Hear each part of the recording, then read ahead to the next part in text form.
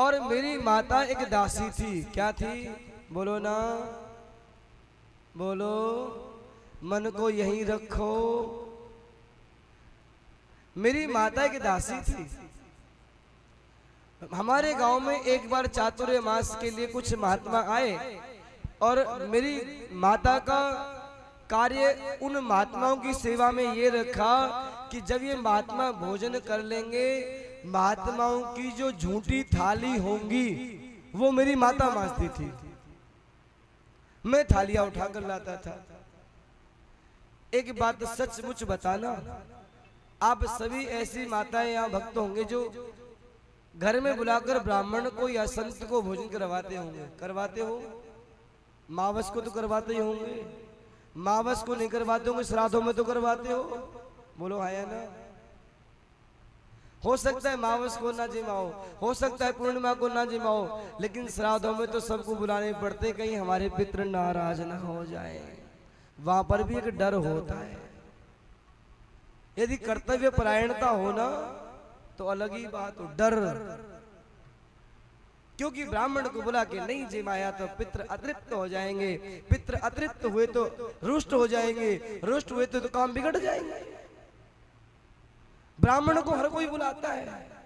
अरे साहब, बड़े चकाचक रबड़ी, मालपुआ, खीर, पूड़ी, सब्जी खूब चकाचक बनावे।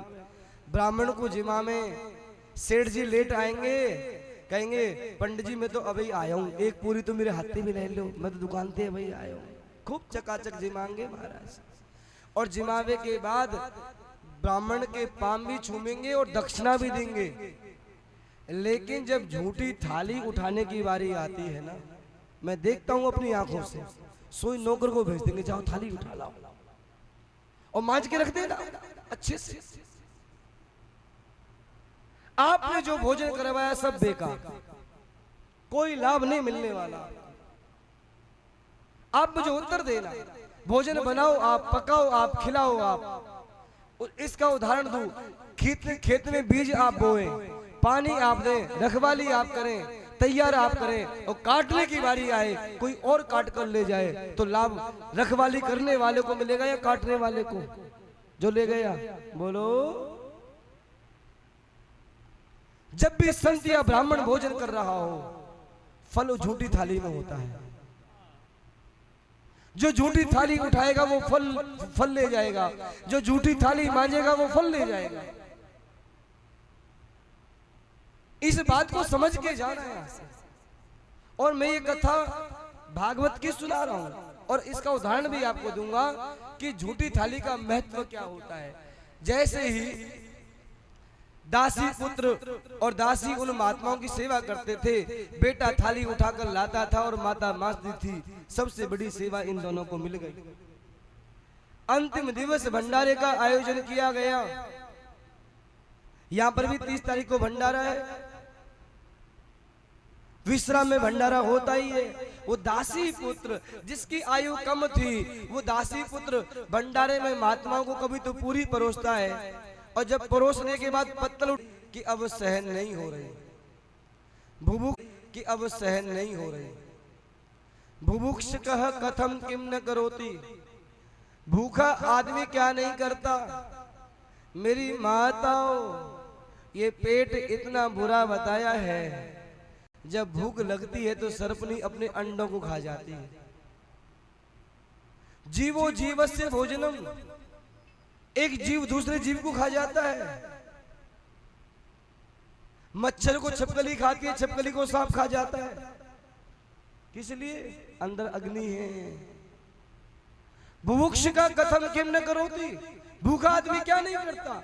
अब इस बालक की भूख इस तरह बढ़ी, इस तरह बढ़ी, इस तरह बढ़ी कि इस बालक से भूख सहन नहीं हो रही। और किसी ने ये नहीं कहा बेटा तुम भी कुछ खा लो, तुमने कुछ खाया कि नहीं खाया।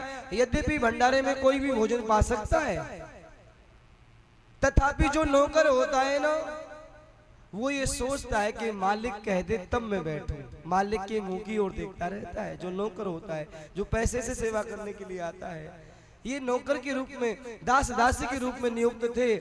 किसी ने नहीं कहा बेटा तुमने कुछ खाया या नहीं खाया।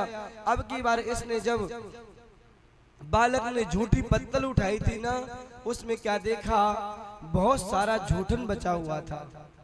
सब्जी भी, पूरी भी, खीर भी, और भूख जोर से लग रही थी, रहा नहीं गया। सो टेंट के पीछे बैठकर वो बालक महात्मा का झूठनी खाने लगा।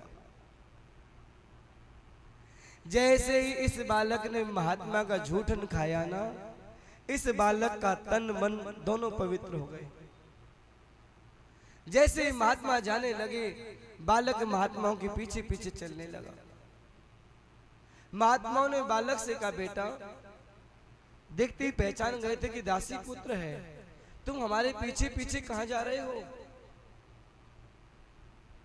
बालक ने कहा, महाराज जी, बस अब तो मन में एक ही भाव है कि मैं आपकी ही सेवा करूं, आपके चरणों में रहूं। जानते हो महात्मा ने क्या कहा? महात्मा ने कहा, बेटा सुन, हम तुझे जानते हैं, तेरे पिता पहले से नहीं है और माँ का तू एक लौता बेटा है। हमें तो चेले बहुत मिल जाएंगे, पर तेरी माँ को बेटा नहीं मिलेगा।